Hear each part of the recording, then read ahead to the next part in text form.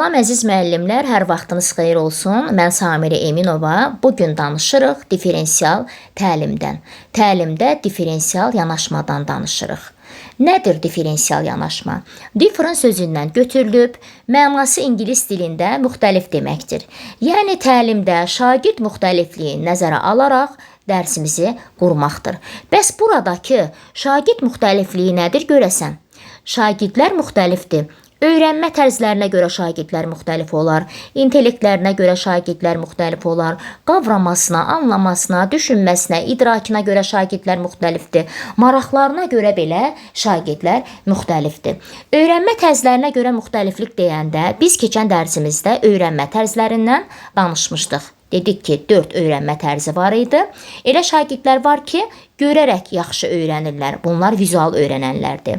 Elə şagirdlərimiz var ki, eşidərək, səsli şəkildə daha yaxşı öyrənirlər. Bu şagirdlər audial öyrənənlərdir. Elə şagirdlərimiz var ki, toxunaraq, hərəkətli daha gözəl öyrənirlər. Bu şagirdlərimiz kinestetik öyrənənlərdir. Elə şagirdlərimiz də var ki, oxuyaraq, qeyd edərək daha yaxşı öyrənirlər. Bu şagirdlər də oxuyaraq, yazaraq daha yaxşı öyrənənlərdir. Məhz biz öyrənmədə bütün bu müxtəliflikləri mütləq nəzərə almalıyıq. Deməli, hansı müxtəliflikləri nəzərə aldıq? Şagirdlərin anlamalarını da nəzərə almalıyıq. Elə şagird var, müəllim dərsi danışan kimi anlayır. Elə uşaq var, gərək ona ki, bir neçə dəfə deyərsən ki, dərsi daha yaxşı anlasın. Deməli, anlamalarına görə müxtəlif olar, qavramalarına görə, maraqlarına görə, öyrənmə tərzlərinə görə. Elə şagird var, məsələn, qruplarla işləməyi xoşlayır, elə şagird var, tərkib işləməyi xoşlayır, elə şagird var, cütlərlə işləməyi xoşlayır. Deməli, mütləq bu müxtəliflikləri nəzərə alaraq biz dərsimizi qurmalıyıq. İndi bizdən soruşsalar ki, nədir diferensial yanaşma? Cavabında deyirik ki, eyni sinifdə və ya təlim mühitində bütün bu şagird müxtəlifliklərini nəzərə alan təlimdir. Şagirdlərə fərqli, baxın, şagirdlərə fərqli və fərdi yanaşmadır. Diferensial təlimin məqsədi nədir? Diferensial təlimin məqsədi odur ki, bütün şagirdləri öyrətməkdir. Yəni, dərsi bütün şagirdlərə əlçatan etməkdir. Yəni, eyni bir dərsi mən bütün şagirdlərə mütləq öyrətməliyəm. Məhz bu fərqlilikləri nəzərə alaraq öyrətməliyəm. Yəni, hamı dərsi öyrənsin, dərs hamıya maraqlı olsun, dərsdən kənarda qalan şagird olmasın. Bir daha vurğulayaq, diferensial təlim eyni bir məkanda müxtəlif öyrənmə xüsusiyyətlərinə və tələblərinə görə fərqlənən qrupların, yəni heterogen sinif olduğu mühitdə həyata keçirilir. Deməli, heterogen sinif nədir? Heterogen sinif müxtəlif intellektə malik olan şagirdlərin bir yerdə təhsil aldığı sinifdir. Bəs nə zaman diferensial təlimi biz pozarıq? Sadəcə sinifdə güclü şagirdlərlə işləsəm, ya da sadəcə zəif şagirdlərlə işləsəm, diferensiallığı pozacam. Və yaxud da eyni bir tapşırığı deyirəm ki, bütün şagirdlərə tapşırıram ki, bu tapşırığı hamınız işləyin. Bu zamanda diferensiallığı pozacam. Dərsi mühazirə tipli söyləsəm, yenə diferensiallığı pozmuş olacam. Diferensial təlim dərsin başladığı andan sonadək olmalıdır. Yəni, diferensial təlim dərsin başladığı andan sonadək olmalıdır. Deməli, əziz müəllimlər, diferensiallıqla bağlı yanlış təsəvvürlər var ki, bəzi müəllimlərimiz elə bilir ki, yalnız müxtəlif tapşırıqlar şagirdlərə verdim, deməli, diferensiallığı gözlədim. Xeyr. Diferensiallıq müəllimdən səriştəlilik tələb edir. Yəni, dərsin əvvəlindən sonuna qədər diferensiallığı gözləməliyəm. İstər ev tapşırığı olsun, istər sinif tapşırığı olsun, istər marağı olsun, istər qiymətləndirmə olsun, istər rəy olsun. Hər bir mərhələsində dərsin diferensiallığı mütləq gözləməliyəm. Bir sözlə, bütün şagirdlər üçün həm evdə, həm sinifdə dərs necə olsun, maraqlı olsun. Hamı öyrənsin. Bəs differensial təlimi necə həyata keçirməliyik? Deməli, differensial təlimdə ilk olaraq şagirdlərin bu xüsusiyyətlərini nəzərə almalıyam. Deməli, hansı xüsusiyyətləri nəzərə almalıyam? Şagirdlərin marağını, 1, 2, hazırlıq səviyyəsini, 3, öyrənmə tərzlərini. Deməli, şagirdlərin hansı xüsusiyyətlərini nəzərə almalıyam? Şagirdlərin marağını, hazırlıq səviyyəsini, bir də öyrənmə tərzlərini. Deməli, şagirdlər maraqlarına görə müxtəlifdir. Hazırlıq səviyyələri, yəni şagirdlər görək, nə öyrəniblər mənim şagirdlərim və daha nə öyrənməlidirlər. Bunları da nəzərə almalıyam. Öyrənmə tərzlərini, biz öyrənmə tərzlərini nə ilə yadımızda saxlamışdıq? Yəni, dərsin məzmununu uşaqlar, şagirdlər müxtəlif yollarla daha yaxşı öyrənirlər və vako ilə yadda saxlamışdır. Baxaraq öyrənənlər, eşidərək öyrənənlər, qeyd edərək öyrənənlər, bir də kinestetik öyrənənlər. Deməli, şagirdlər də öyrənmə tərzlərinə görə müxtəlifdir. Deməli, differensial təlimdə ilk olaraq şagirdlərin hansı xüsusiyyətlərini nəzərə aldıq? Marağını, hazırlıq səviyyəsini, bir də öyrənmə tərzlərini nəzərə almalıyıq. Deməli, biz nədən danışırıq? Differensial təlimdən danışırıq. Differensial təlim, mən dedim ki, dərsin əvvəlindən, girişindən axırına dək olmalıdır. Differensial təlim dərsin bir neçə komponentində özünü göstərməlidir. Birinci məzmun, ikinci proses, üçüncü nəticə, dördüncü qiymətləndirmə. Deməli, birinci məzmun, ikinci proses, üçüncü nəticə, dördüncü qiymətləndirmə. Birinci danışırıq məzmun komponentindən. Deməli, məzmun nədir? Şagirdə ötürülən informasiyadır. Şagirdə ötürülən informasiya dərsin məzmunudur. Deməli, biz bilirik ki, dərsimizin məzmununu alt standartlara uyğun keçməliyik. Yəni, dərsin məzmunu alt standartlara uyğun olmalıdır.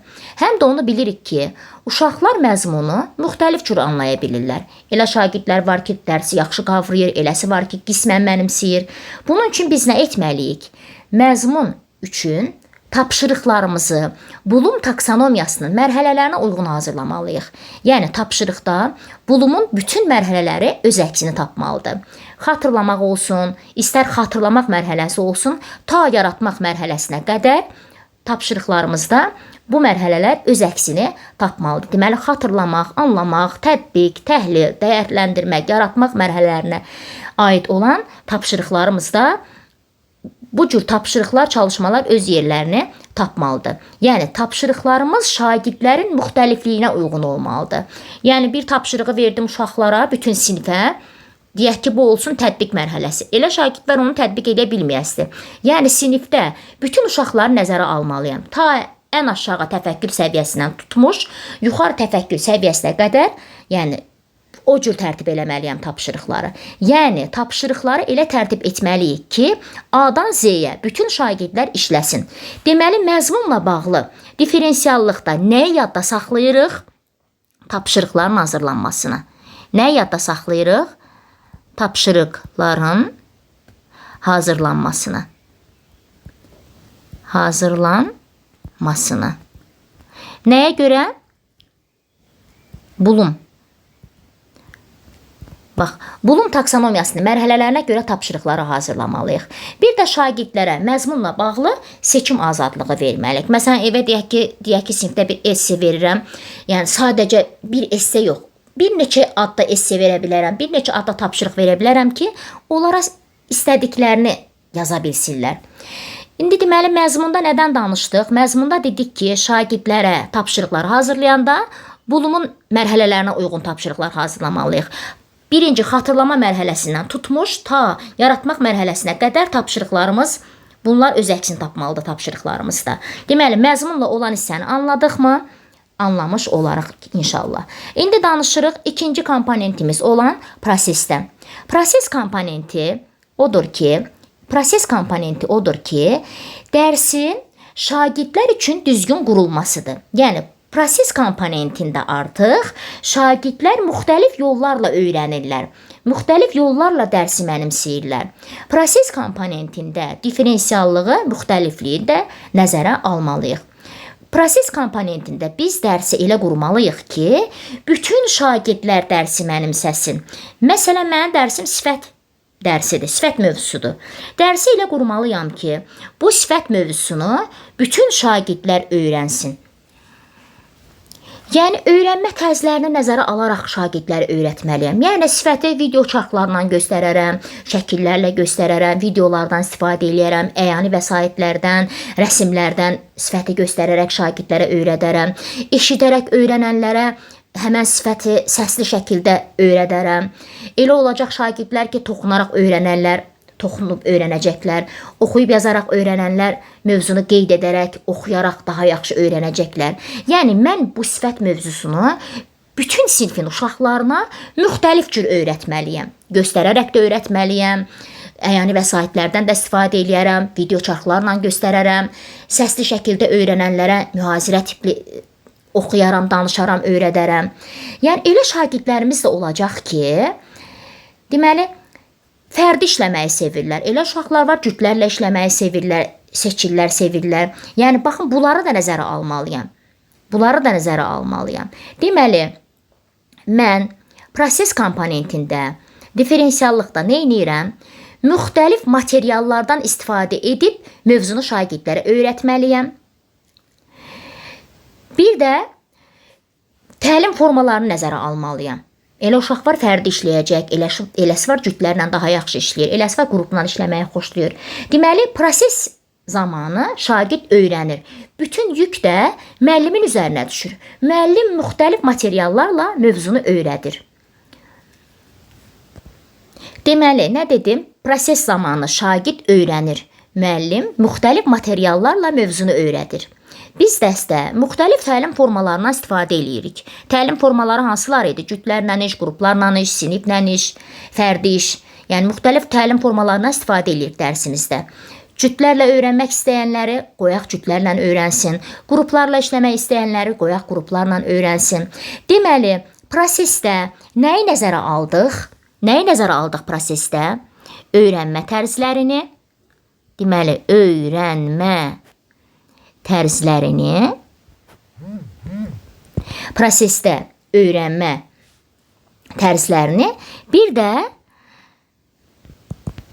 müxtəlif təlim formalarını. Müxtəlif təlim formalarını nəzərə aldıq. Deməli, dedim ki, proses komponentində yük bütün müəllimin üstündədir, müəllimin üzərindədir. Çünki proses komponentini təşkil edən müəllimdir. Məsələn, kitabda belə bir nümunə verilibdir. Oxu materiallarını vizual öyrənənlərə uyğun seçmək, sözlə öyrənənlərə uyğun seçmək. Yəni, müəllim mövzuya uyğun olaraq oxu materiallarını şagirdlərin öyrənmə tərzlərinə, öyrənmə xüsusiyyətlərinə görə seçir. Seçən kimdir? Seçən müəllimdir. Eşidərək öyrənənlərə, yəni audial öyrənənlərə səsli dinlədir. Kim dinlədir? Müəllim dinlədir. Deməli, müəllim mövzunu eşidərək öyrənənlərə səsli dinlədir. Kinestetik öyrənənlərə tapşırığı bitirmək üçün müxtəlif fəaliyyətlər imkanı verir. Kim verir? Müəllim verir. Deməli, proses komponentində yük kimin üzərinə düşür? Müəllimin üzərinə düşür. Deməli, proses komponentində biz nəyi nəzərə almalıyıq? Öyrənmə tərzlərini, bir də müxtəlif təlim formalarını. İndi danışaq nəticə komponentindən. Deməli, birinci dedik ki, məzmun komponentində tapşırıqları Bloom taksonomiyasına görə tərtib etdik. Şagirdlərə seçim azadlığı verdik. Proses komponentində müəllimin üzərində bir yük var idi. Bu öyrənmə prosesi idi. Öyrənmə tərzlərini nəzərə aldıq. Bir də müxtəlif təlim formalarını nəzərə alaraq mövzunu artıq şagirdlərə öyrətdim. Nəticə komponentində isə şagirdlərin öyrəndikləridir. Yəni, onların əldə etdikləri bilik, bacarıqlardır. Bu komponentdə belə mən diferensiallığı nəzərə almalıyam. Yəni, nəticə odur ki, şagird dərsin sonunda məzmunun mənimsədiyinin göstəricisidir. Baxın, deməli, burada artıq yük şagirdin üstündədir. Artıq burada hər şey şagirdin əlindədir. Deməli, nə edirlər artıq? Şagirdlər öyrəndiklərini bizə təqdim eləyirlər. Proses komponentində mən öyrətdim, yük mənim üstümdə idi, eşidənlərə eşidərək öyrətdim, görənlərə göstərərək öyrətdim. Amma nəticə komponentində artıq şagirdlər öyrəndiklərini bizə təqdim eləyirlər. Yəni nəticə nə idi? Şagird dərsin sonunda məzmununu mənimsədiyinin göstəricisidir. Bizə göstərir ki, mən məzmunu mənimsəmişəm. Bu nə ola bilər? Esse ola bilər, layihə ola bilər, hesabatlar ola bilər. Deməli, nəticə komponentində şagird öyrəndiklərinin məzmunu bizə təqdim eləyir. Nəticə odur ki, şagirdlərin öyrəndiklərinin məzmununu təqdimatıdır, göstərməsidir. Artıq onlar bizə öyrəndiklərini təqdim eləyirlər, göstərirlər. Məsələn, nəticə komponentinə bir nümunə deyim. Yazıb oxuyaraq öyrənən şagird mətnlə bağlı yazı hazırlayırlar. Vizual öyrənənlər mətnlə bağlı qrafik təsvirlər hazırlayırlar. Eşidərək öyrənənlər artıq durub mətni səsli söyləyirlər, mənə məruzə edirlər. Kinestetik öyrənənlər də ola bilər ki, mətni səhnələşdirsinlər. Deməli, burada nə var nəticə komponentində? Təqdimat. Təqdimat, yəni şagirdlər öyrəndiklərini müxtəlif cür mənə təqdim eləyirlər. Deməli, nəticə komponentində yük kimin üzərində oldu? Şagirdin üzərində oldu. İndi danışırıq ən sonuncu komponentdən, qiymətləndirmə komponentindən. Deməli, qiymətləndirmə komponentində açar söz, əks, əlaqə. Əks əlaqədir. Deməli, qiymətləndirmə komponentində açar söz, əks əlaqədir. Qiymətləndirmə komponentində də mən diferensiallığı gözləməliyəm. Yəni, biz müəllimlər formativ və summativ qiymətləndirmənin nəticələrinə uyğun olaraq sinifə ümumi bir rəy vermirik. Hər bir şagirdin özlərinə uyğun olaraq əks əlaqə qururuq. Hər birini ayrı-ayrı şəkildə qiymətləndiririk. Yəni, şagirdlərimizə ayrı-ayrılıqda konstruktiv rəy veririk. Şagird harda çətinlik çəkibsə, mövzu ilə bağlı o çətinlik üzərində işləməsi üçün şagirdlərlə əks əlaqə qururuq. Məsələn, belə bir əks əlaqə verə bilərəm şagirdə. Ayla, üzündən gözəl köçürmüsən, xəttin də gözəldir, ancaq bəzi sözlərdə orfoqrafik səhvlərə yol vermisən. Diqqətli ol, söz boğçasındakı sözlərə diqqət yetir, lüğətə də göz gəzdirsən, daha yaxşı olar. Bir də belə səhvlərə yol verməzsən. Deməli, mən neynədim? Hər şagirdin özünə uyğun olaraq əks əlaqə qurdum. Deməli, müəllimlər, biz bilirik ki, formativ qiymətləndirmə gündəlik qiymətləndirmədir ki, biz formativ qiymətləndirmədə, yəni gündəlik qiymətləndirmədə əks əlaqəni konstruktiv rəy yerindəcə verməliyik, elə oradaca verməliyik. Ancaq summativ qiymətləndirmədə rəy isə qiymətləndirmə keçirdikdən sonra verməliyik.